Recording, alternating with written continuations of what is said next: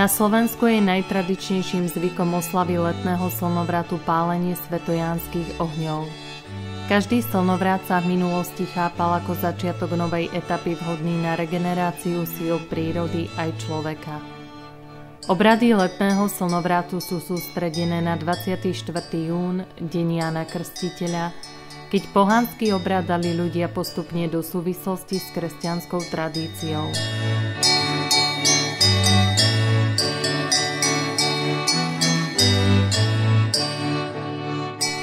Svätý Ján pomáhal nielen ochraňovať gazdovstvo od prírodných živlov, ale aj zaľúbencom udržať si milého či milú, vydať sa za vyvoleného z lásky a nie pre majetok a chorých vyliečiť za pomoci byliniek nazbieraných vo Svetojánsku noc.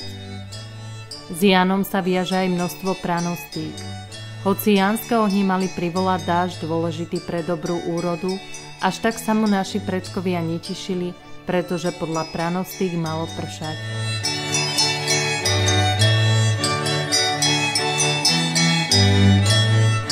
V súčasnosti majú zvyky už skôr len spoločenskú úlohu. Je to jedna z tradičných príležitostí, aby sa ľudia stretli.